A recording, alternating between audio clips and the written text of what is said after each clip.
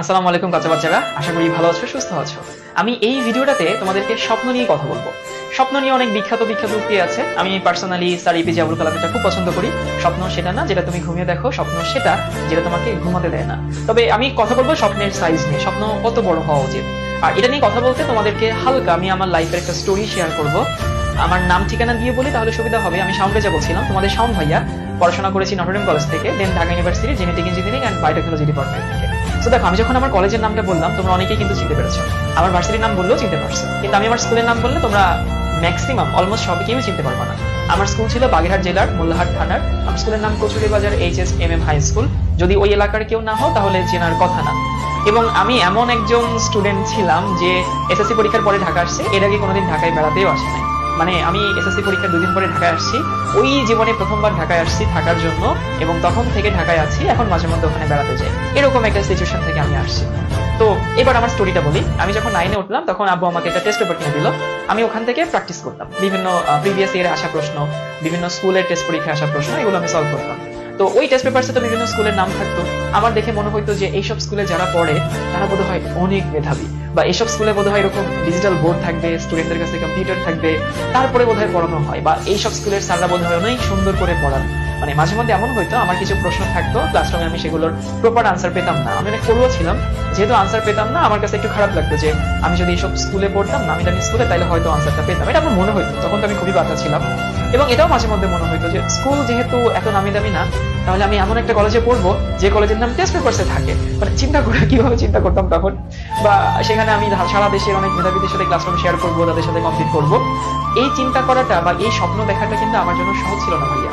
কেন সহজ ছিল না জানো? আমরা মানুষ কোনো একটা কাজ করার আগে, কোনো একটা পরিকল্পনা করার আগে একটু আমরা রিসার্চ করি যে এই পথে কে কে গেছে, এবং তারপরে দেখি যে কয়জন সফল হয়েছে।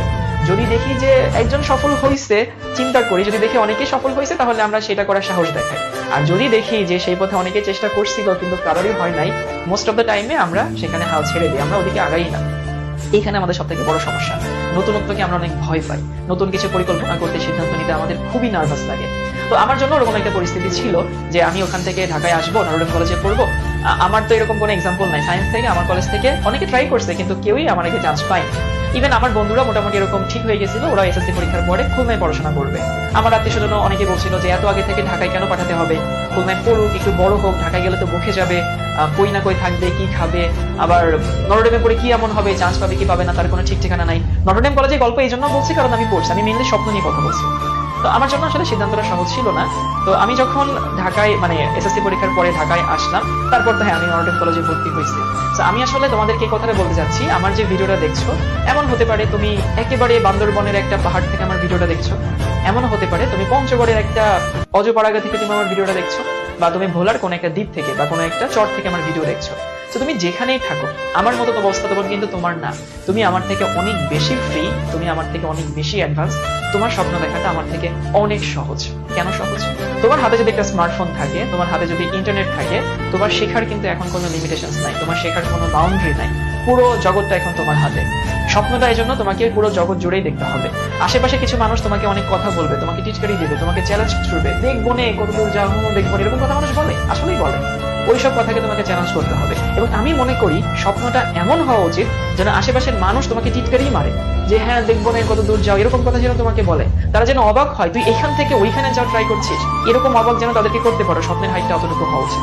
আর আমরা এখানে যারা আছি, তোমাদের মেন্টর যারা আছে, ভাইয়া যারা আছে, তাদের কাজই হচ্ছে তোমাদের সেই স্বপ্ন দেখার সাহসটা দেওয়া। তোমাদের কিছু এক্সাম্পল দিই তাহলে বুঝতে পারবা। আমাদের শিখর যে একাডেমিক প্রোগ্রাম, সেখানে কিন্তু ঢাকার সব স্কুলের এবং ঢাকার সব কলেজের স্টুডেন্টরা পড়ে, ঢাকার বাইরে সবাই। তাহলে আমি ওই যখন স্কুলে পড়তাম তখন যেরকম জগৎ সম্পর্কে আমি কিছুই জানতাম না, তোমার জন্য কিন্তু এটা না। তুমি শিখর একাডেমিক প্রোগ্রামে আছো, তার মানে তুমি সারা বাংলাদেশের সব স্টুডেন্টদের সাথে কম্পিট করছো। তো তোমার কম্পিটিশন কিন্তু তোমার ক্লাসরুমের মধ্যে নাই, পুরো দেশের মধ্যে হয়ে যাচ্ছে। প্রথম কেস। সেকেন্ড কেস, আমি আমার কথা বলি, আমি নটরডেমে পড়ছি, ডিউতে পড়ছি। তো আমি তোমাকে এই এক্সপিরিয়েন্স গুলো ক্লাসের মধ্যে শেয়ার করতে পারবো। তোমাদের আরিফ ভাইয়া খুলনা পাবলিক স্কুলে পড়ছেন, পাবলিক কলেজে পড়ছেন, দেন বুয়েটে পড়ছেন। তোমাদের আরিফ ভাই এই দুটোর এক্সপিরিয়েন্স শেয়ার করতে পারবেন। তোমাদের মাস্টার ভাইয়া ঢাকা রেসিডেন্সিয়াল মডেলে পড়ছেন, দেন বুয়েটে পড়ছেন, দেন ঢাকা ভার্সিটি থেকে এমবিএ শেষ করছেন। তোমাদের মাস্টার ভাই এইগুলোর এক্সপিরিয়েন্স শেয়ার করতে পারবেন। তোমাদের ইকবাল ভাইয়া মতিঝিল আইডিয়ালে পড়ছেন, নটরডেমে পড়ছেন, দেন বুয়েটে পড়ছেন। আমি এটা বলতে চাচ্ছি যে সারা দেশের সাথে কম্পিটিশন হওয়ার সাথে সাথে তুমি এই সকল ভার্সেটাইল মানুষ যারা দেশের নামি দামি সব জায়গা এক্সপ্লোর করে আসছে, তুমি ক্লাসরুমে তাদের মুখে গল্প শুনবা, তাদের